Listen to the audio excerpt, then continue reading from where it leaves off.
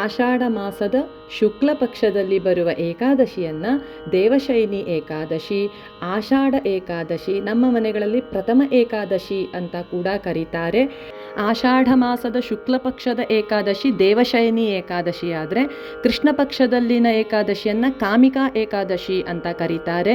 ಕಾಮಿಕಾ ಏಕಾದಶಿಯು ಮನೋಕಾಮನೆಯನ್ನು ಪೂರ್ಣಗೊಳಿಸಿದರೆ ಇದು ಪುತ್ರದಾಯಿ ಏಕಾದಶಿ ಆಗಿರುತ್ತೆ.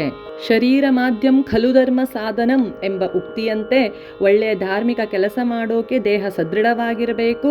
ಏಕಾದಶಿ ವ್ರತ ಮಾಡೋದ್ರಿಂದ ದೇಹ ಮತ್ತು ಮನಸ್ಸಿನ ಸ್ವಾಸ್ಥ್ಯವನ್ನು ಕಾಪಾಡಿಕೊಂಡು ಜೀವನದಲ್ಲಿ ಬರುವ ಅಸಾಮರ್ಥ್ಯ ಕಾರ್ಯಗಳನ್ನು ನಾವು ಅತ್ಯಂತ ಯಶಸ್ವಿಯಾಗಿ ಮಾಡಬಹುದು ಎಂದು ಹೇಳಲಾಗಿದೆ. ಅಂದರೆ ಮನಸ್ಸಿನ ಸಂಯಮ, ಆರೋಗ್ಯ ಮತ್ತು ಆಧ್ಯಾತ್ಮಿಕ ಉನ್ನತಿಗೆ ಸಹಾಯವಾಗುತ್ತೆ. ಈ ದಿನ ಭಕ್ತರು ಇಡೀ ದಿನ ಉಪವಾಸವಿದ್ದು ವಿಷ್ಣುವನ್ನು ತುಳಸಿ ಎಲೆಗಳನ್ನು ಅರ್ಪಿಸಿ, ಹಳದಿ ಹೂಗಳನ್ನು ಹಾಕಿ, ಪಂಚಾಮೃತಗಳನ್ನು ನೀಡಿ, ಜಪತಪಗಳನ್ನು ಮಾಡಿ ಮಹಾವಿಷ್ಣುವನ್ನು ಪೂಜಿಸುತ್ತಾರೆ.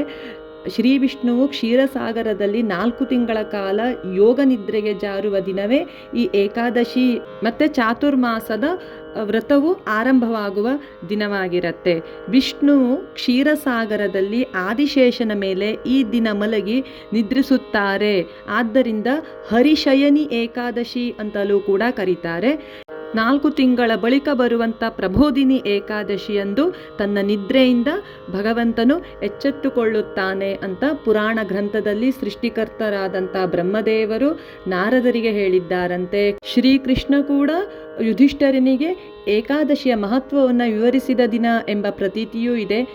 ಮಹಾರಾಷ್ಟ್ರ ಮತ್ತು ಕರ್ನಾಟಕ ನೆರೆಹೊರೆಯ ರಾಜ್ಯಗಳಿಂದ ಲಕ್ಷಾಂತರ ಭಕ್ತರು ಕಾಲ್ನಡಿಗೆಯಲ್ಲಿ ಚಂದ್ರಭಾಗಾ ನದಿಯ ದಂಡೆಯ ಮೇಲಿರುವ ಮಹಾರಾಷ್ಟ್ರ ರಾಜ್ಯದ ಸೊಲ್ಲಾಪುರ ಜಿಲ್ಲೆಯ ಪಂಢರಾಪುರ ಇಲ್ಲಿ ವಿಷ್ಣುವಿನ ಸ್ಥಳೀಯ ರೂಪವಾದ ವಿಠ್ಠಲನ ಆರಾಧನೆಯ ಕೇಂದ್ರವಾಗಿದ್ದು ಈ ದಿನ ಎಲ್ಲ ಭಕ್ತರು ಇಲ್ಲಿ ಬಂದು ಸೇರುತ್ತಾರೆ, ಪೂಜೆ ಪುನಸ್ಕಾರಗಳನ್ನು ನೆರವೇರಿಸುತ್ತಾರೆ. ಈ ದಿನ ಎಲ್ಲ ದೇವತೆಗಳ ತೇಜಸ್ಸು ಕೂಡ ಒಂದಾಗಿರುತ್ತೆ.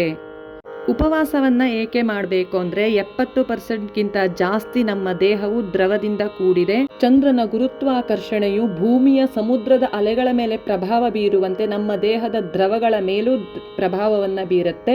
ಹುಣ್ಣಿಮೆ ಅಥವಾ ಅಮಾವಾಸ್ಯೆಯ ನಂತರ ಬರುವಂಥ 11ನೇ ದಿನವಾದ ಏಕಾದಶಿಯಂದು ಚಂದ್ರನ ಎಳೆತದ ಶಕ್ತಿ ಬದಲಾಗುತ್ತೆ. ಈ ಟೈಮ್ನಲ್ಲಿ ಜೀರ್ಣಶಕ್ತಿ ತುಂಬ ದುರ್ಬಲವಾಗಿರುತ್ತೆ ಮತ್ತು ಡೈಜೆಸ್ಟಿವ್ ರೀಸೆಟ್. ಉಪವಾಸದಿಂದ ಹೊಟ್ಟೆ ಮತ್ತು ಕರುಳಿಗೆ ಸಂಪೂರ್ಣ ವಿಶ್ರಾಂತಿ ಸಿಗುತ್ತೆ. ಜೀರ್ಣಕ್ರಿಯೆಗೆ ಬಳಸುವ ಶಕ್ತಿಯನ್ನು ದೇಹದ ಉಳಿದ ಅಂಗಗಳ ಶುದ್ಧೀಕರಣಕ್ಕೆ ಬಳಸಲಾಗುತ್ತೆ. ಮೆಟಬಾಲಿಸಮ್ ಚೆನ್ನಾಗಿ ಆಗುತ್ತೆ. ವಿಷಕಾರಿ ಅಂಶವನ್ನು ಹೊರಕ್ಕೆ ಹಾಕುತ್ತೆ. ಪೂಜೆ ಪುನಸ್ಕಾರಗಳ ಮೂಲಕ ಮಾನಸಿಕವಾಗಿ, ಉಪವಾಸದ ಮೂಲಕ ಶಾರೀರಿಕವಾಗಿ ಶುದ್ಧೀಕರಣವನ್ನು ಹೊಂದಿ ವಾಯು ಜೀವೋತ್ತಮ, ಹರಿ ಸರ್ವೋತ್ತಮ ಅಂತ ಹೇಳ್ತಾ ಶ್ರೀಹರಿಯ ಕೃಪೆಗೆ ಪಾತ್ರರಾಗಿ ಅಂತ ಹೇಳೋಕೆ ಇಷ್ಟಪಡ್ತೀನಿ.